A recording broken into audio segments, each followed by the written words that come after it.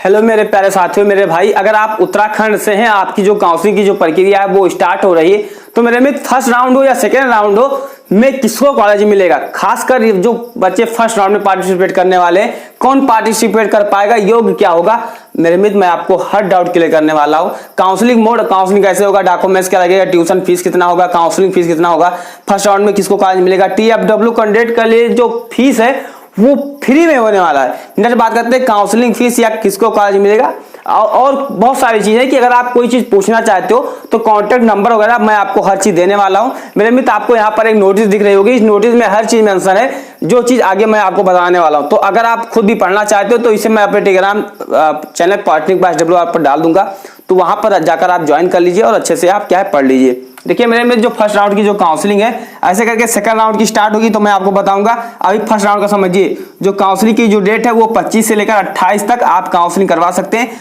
कौन करवा सकता है वो आगे हम समझने वाले हैं, है ना। तो 25 से लेकर आप 28 जून तक काउंसलिंग मेरे दोस्त करवा सकते हैं। रिजल्ट जो है आप लोग का 1 जुलाई को आएगा।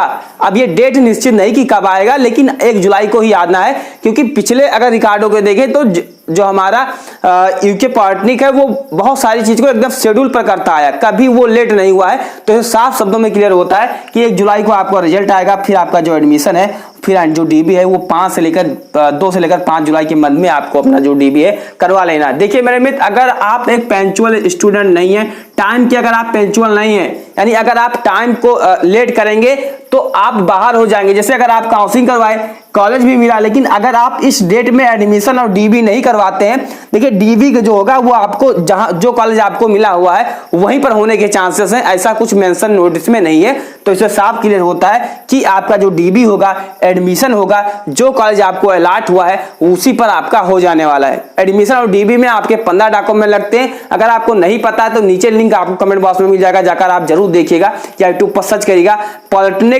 एडमिशन बाय SWR या पॉलिटेक्निक बाय SWR, तो आपको हमारा वीडियो मिल जाएगा। देखिए पात्र के संबंधी समझते हैं। जिन्होंने उत्तराखंड पॉलिटेक्निक एंट्रेंस एग्जाम 2024 का अगर आपने दिया हुआ था मेरे मित्र, तो आप बिल्कुल काउंसलिंग करवा सकते हैं। भले ही आपका जो मार्क्स रहा वो 0 रहा हो, आपका 10,000 20,000 25,000 रैंक रहा हो, हर ग्रुप के लिए मैं बता रहा हूं, ये ध्यान रखिएगा। चाहे आपका E ग्रुप हो, चाहे P ग्रुप हो, चाहे ये ग्रुप हो, इतने तो ग्रुप थे आपके, फिर जैसे T ग्रुप के नाम से जानते थे, तो हर ग्रुप के लिए बता रहा हूं।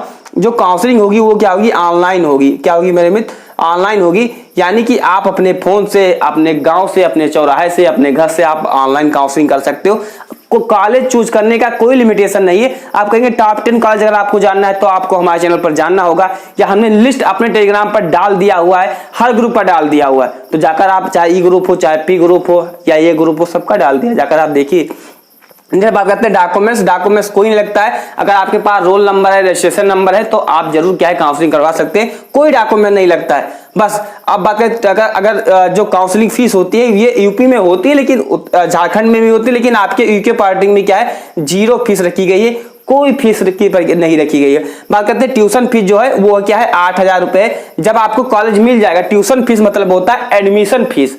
एडमिशन फीस कोई ट्यूशन फीस कहते हैं या एडमिशन फीस कहते हैं, है ना। तो जो ट्यूशन फीस है या एडमिशन फीस है वो 8,000 रुपए जब आपको कॉलेज मिल जाता है। देखिए यहाँ पर अच्छे समझिए, काउंसलिंग करवाए, काउंसलिंग के बाद में आपका रिजल्ट आया, फिर क्या करना होगा, आपको अलॉटमेंट लेटर डाउनलोड करना होगा, फिर 8,000 रुपए आपको पे करना होगा, फिर जाकर आपको एडमिशन ले लेना है और इसी समय में लेना है। अगर आप लेट कर दोगे तो आप उस सीट से बाहर हो जाओगे, फिर आप नेक्स्ट राउंड में ही पार्टिसिपेट कर पाएंगे। देखिए फर्स्ट राउंड में जिनको कॉलेज नहीं मिलता है मेरे में, तो आपको परेशान होने की बात नहीं है। जिनको फर्स्ट राउंड में नहीं मिलेगा तो आप सेकेंड राउंड में भी काउंसलिंग करवा सकते हो। अब कुछ बच्चे ऐसे भी होंगे जिनको फर्स्ट राउंड में कॉलेज मिला लेकिन उनको पसंद नहीं था, तो इसीलिए जब फर्स्ट राउंड में कॉलेज चूज करिए तो ये देख कर करिए कि जो ब्रांच मैं चूज कर रहा हूं, जो कॉलेज मैं चूज कर रहा हूं, वो कॉलेज ब्रांच मुझे मिल रहा है तो मैं उसे ले लूंगा। ऐसे फर्जी कॉलेज किसी के कहने पर, किसी के कहने पर आप कहें भैया कैसे पता चलेगा कि कौन सा बेस्ट ब्रांच होता है, तो मैंने इससे संबंधित आप वीडियो बनाया है, नीचे उसका भी कमेंट बॉक्स में आपको लिंक मिल जाएगा, जाकर आप अच्छे से देखिए।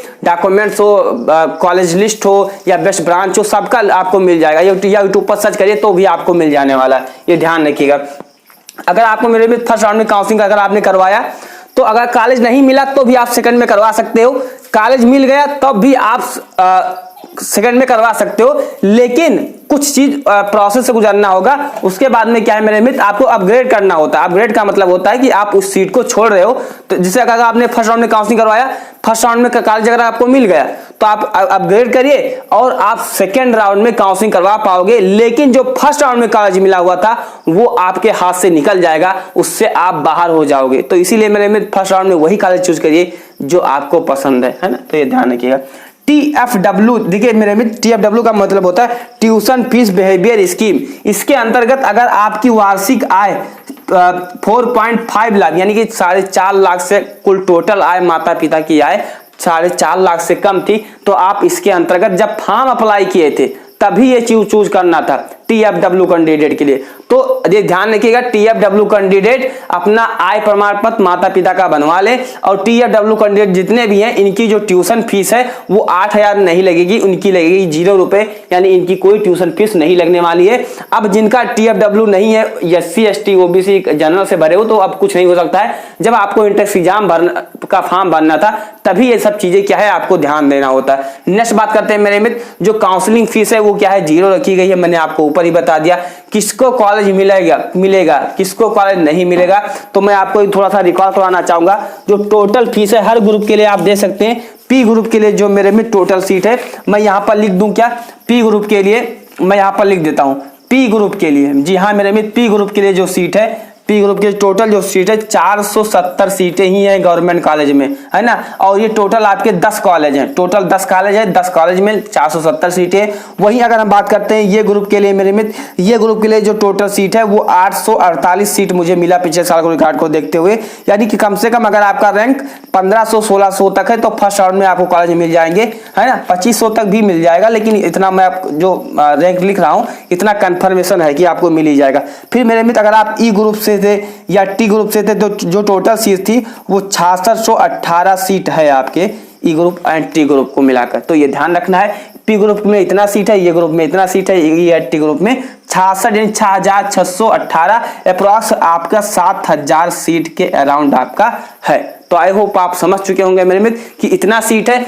और एक चीज मैं और बता दूं, जैसे कि जब आप काउंसलिंग करवाएंगे तो अगर आपको कोई प्रॉब्लम होती है, कोई समस्या होती है, तो मैं आपको एक नंबर देना चाहूंगा। इस नंबर पर, ये यूपीबीटीआर के द्वारा जारी किया गया नंबर है, आप, ये मेरा नंबर नहीं है, ये यूपीबीटीआर के नोटिस में लिखा हुआ नंबर है 5456, नोट कर लिए 5456 96 25 एंड फिर क्या है 68 है एंड 75, 2 नंबर मिल जाएगा आपको 75 79 090। अब हो सकता है कभी कभी ना पकड़े तो आप क्या दोबारा ट्राई करते रहेगा। जो जीमेल है आईडी है वो ध्यान दीजिए jeepandut@gmail.com, है ना, gmail.com। ये आप जाकर क्या है आप खुद चीजों को समझ सकते हैं gmail.com। ये मेरे मित्र आई होप कि आप समझ चुके होंगे कि काउंसलिंग संबंधी मैंने आपको हर इंफॉर्मेशन दे दिया, हर जानकारी आपको दे दिया। ट्यूशन फीस कुछ नहीं लगने वाला है। अब एक ही डाउट होना चाहिए कि मेरे मित्र मैं आपसे हाथ जोड़कर आग्रह करना चाहूंगा कि आप चीजों को समय समय करवाइए। जो चीज मैंने यहाँ पर लिखा हुआ था स्टार्टिंग में बताया,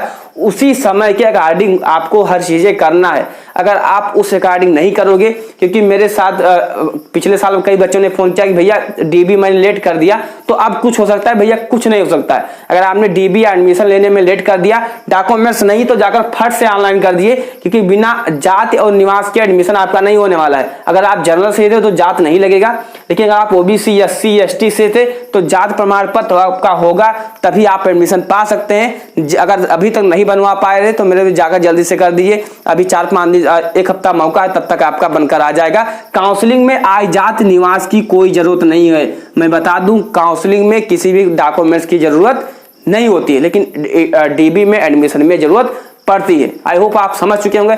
चैनल पर नए सब्सक्राइब करिए, क्योंकि जैसे नेक्स्ट वीडियो आए तो आपको मिल जाए। और नेक्स्ट वीडियो पाने के लिए मेरे मित्र आपको शेयर करना होगा, क्योंकि जब आप शेयर करेंगे व्यूज आएंगे, तभी क्या है मैं नेक्स्ट वीडियो आपके सामने ला पाऊंगा। तो मेरे मित्र ज्यादा से ज्यादा शेयर करिएगा। मिलते हैं अगले वीडियो में, तब तक के लिए अपना ख्याल रखिए। जय हिंद, वंदे मातरम।